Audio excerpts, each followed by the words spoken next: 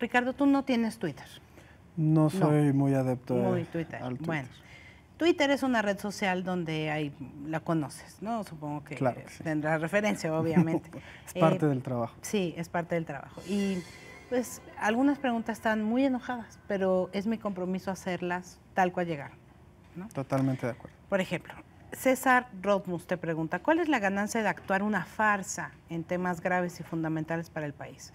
¿O realmente no importan los homicidios en este país? Mira, los homicidios son trascendentales para nosotros, como te lo decía, el tema prioritario para nosotros son los delitos de alto impacto.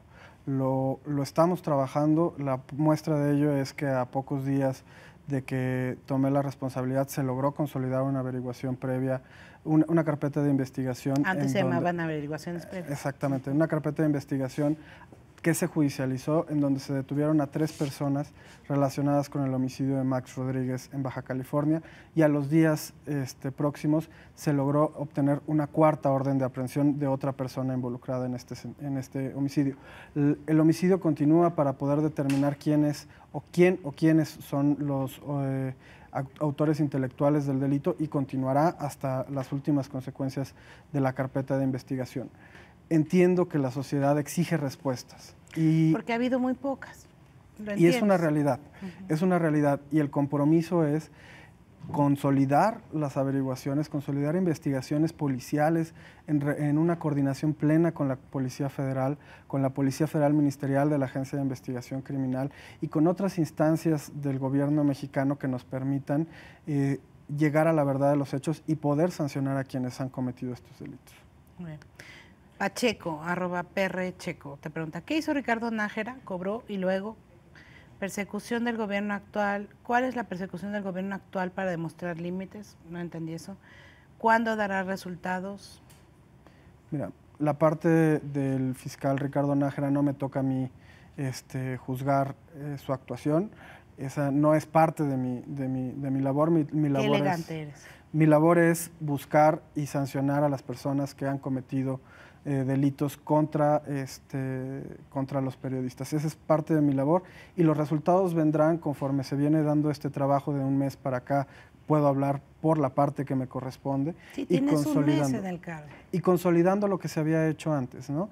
Esa es una parte muy importante. Mi trabajo en este mes que he estado aquí ha sido estar en los estados de la República, trabajando con las fiscalías, trabajando con las procuradurías y también acercándome a las víctimas de este tipo de delitos.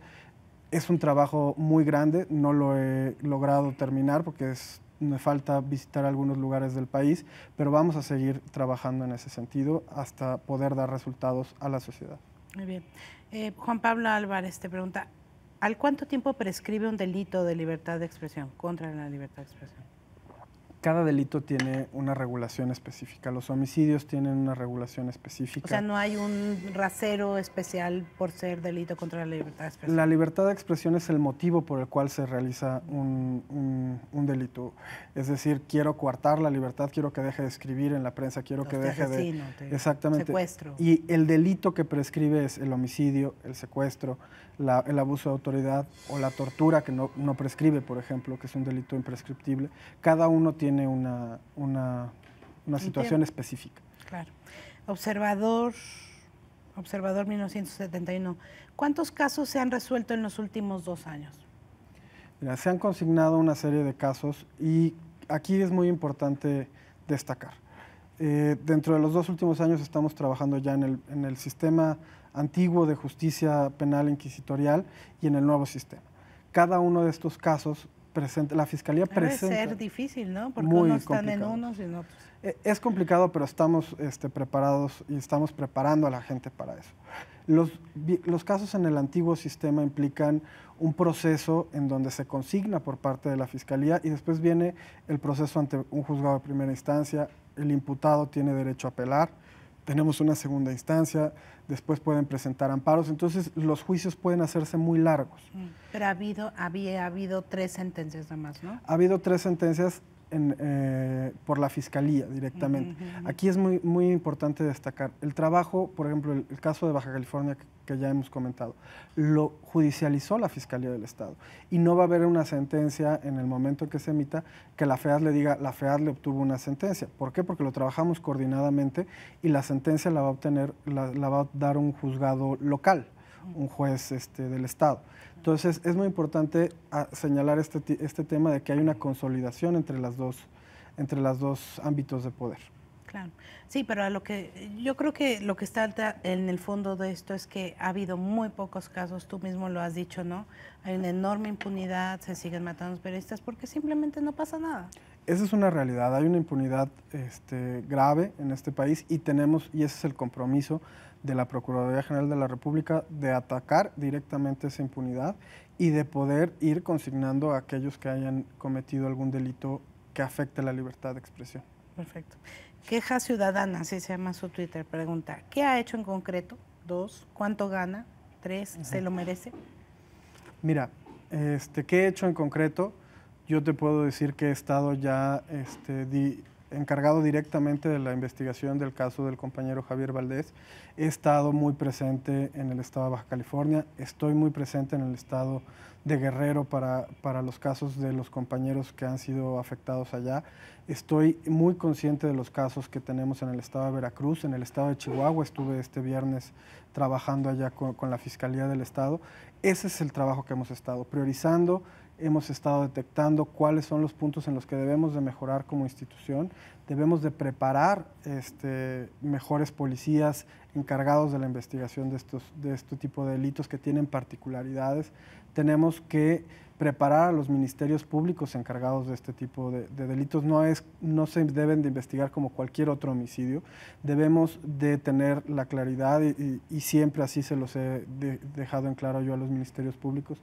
La línea de investigación sobre la libertad de expresión debe de estar como prioridad de nuestro trabajo.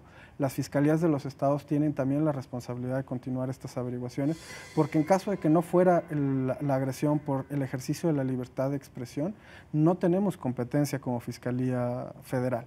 Pero primero se tiene que documentar. Eso sí es algo que ha cambiado, ¿no? Porque hemos escuchado muchísimos casos, no desde que tú eres fiscal, muy reciente, pero que se asesinaba a un reportero, un periodista, y lo primero que se decía es que andaba en tal cosa, sin investigar absolutamente nada, y eso cambió. Eso se cambia, y así hemos trabajado también con todas las fiscalías de los estados para priorizar la línea de investigación relacionada con la libertad de expresión. Esa es nuestra responsabilidad. Fíjate, sobre lo que estabas diciendo, María Elena Morera, activista, pregunta, dile que te explique cómo va a resolver el desafío policías y ministerios públicos mal preparados y un poder judicial que no rinde cuentas ni se hace responsable de su actuación. Es un tema, ¿no? Es un tema y es parte de lo que hemos detectado y es parte del fortalecimiento que ha indicado el presidente de la República y el Procurador General de la República, de preparar específicamente ministerios públicos, no solo en la Fiscalía Especial, sino que los ministerios públicos de los estados también sepan investigar este tipo de delitos y enfocar esa situación. Estamos trabajando muy fuertemente con una parte que se llama análisis de contexto.